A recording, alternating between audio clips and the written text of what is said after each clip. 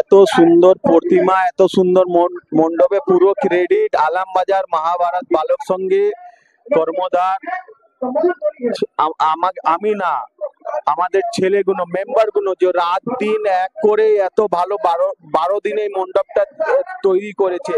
তার মধ্যে সব থেকে বড় ভূমিকা আছে আমাদের পুট্টি মিস্ত্রি, রং মিস্ত্রি, কাঠ মিস্ত্রি, রাজমিস্ত্রি, এরা সব মিলে জিলে 50টা ছেলে রাত দিন এক করে এই মণ্ডপটা তৈরি করেছে। তার জন্য আমি কৃতজ্ঞতা জানাই আমাদের মেম্বারদেরকে, যে এত ভালো খেটে এই মণ্ডপটা তৈরি করতে পেরেছে।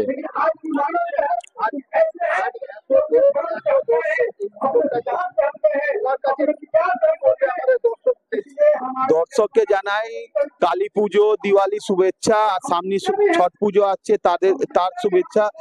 দর্শককে এই জানাই কি ভবিষ্যতে নিজের মা বাবার সবসময় সেবা করুক, মা বাবাকে অপমান না করুক।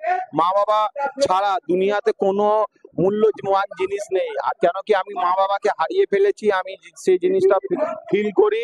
আমি চাই কি মা বাবাকে সব সম্মান করুক, মা বাবাকে নিজের কাছে রাখুক। আমাদের এই পুজো 42 বছরের পুজো। এই পুজোর ওপেনিং করেছেন আমাদের নেত্রী, আমাদের বিধায়ক শ্রীমতী সায়ন্তিকা ব্যানার্জি। আমি আপনাদের সবাইকে বলি শুভ বিজয়া, প্রীতি শুভেচ্ছা এবং হার্দিক শুভকামনায় আমাদের সবার প্রথম পক্ষ থেকে, আলমবাজার মহাভারত বালক সংঘের পক্ষ থেকে। আপনারা সবাই ভালো থাকুন, সুস্থ থাকুন। আর আমাদের এই পুজো তো 42তম পুজো। এসেছিলেন সায়ন্তিকা ব্যানার্জি, আমাদের নেত্রী, উদ্বোধন করে গেছেন। আজকে বিভিন্ন লোক এসেছিলেন, আমাদের চেয়ারম্যান উপস্থিত ছিলেন, সিআইসিরা উপস্থিত ছিলেন, সবাই এসেছিলেন এখানে। আজকে এসেছিলেন আমাদের এখানে দর্শনা বণিক এবং আমাদের এই জেলার প্রাক্তন সভাপতি তৃণমূল ছাত্র পরিষদের বাণীব্রত চক্রবর্তী। আর দর্শনা বণিক তো এসেছিলেন, আপনাকে বললাম। আরো অনেক গেস্টরা আসবেন। আমি আপনাদের সবাইকে বলি আসুন, আমাদের প্যান্ডেল খুবই ভালো হয়েছে, ভূতের প্যান্ডেল। এই দেখুন লাইন, কোথায় থেকে কত অব্দি লাইন চলে এসছে অলরেডি। আপনারা সবাই আসুন, প্যান্ডেলটা দেখে যান, নিশ্চয়ই আপনাদের খুব ভালো লাগবে। ধন্যবাদ।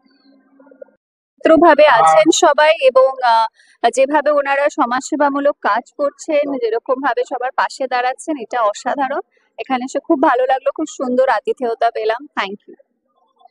এইরকম নতুন নতুন আপডেট দেখার জন্য বেঙ্গল ন্যাশনাল টিভিকে ফলো, লাইক, সাবস্ক্রাইব, শেয়ার করুন।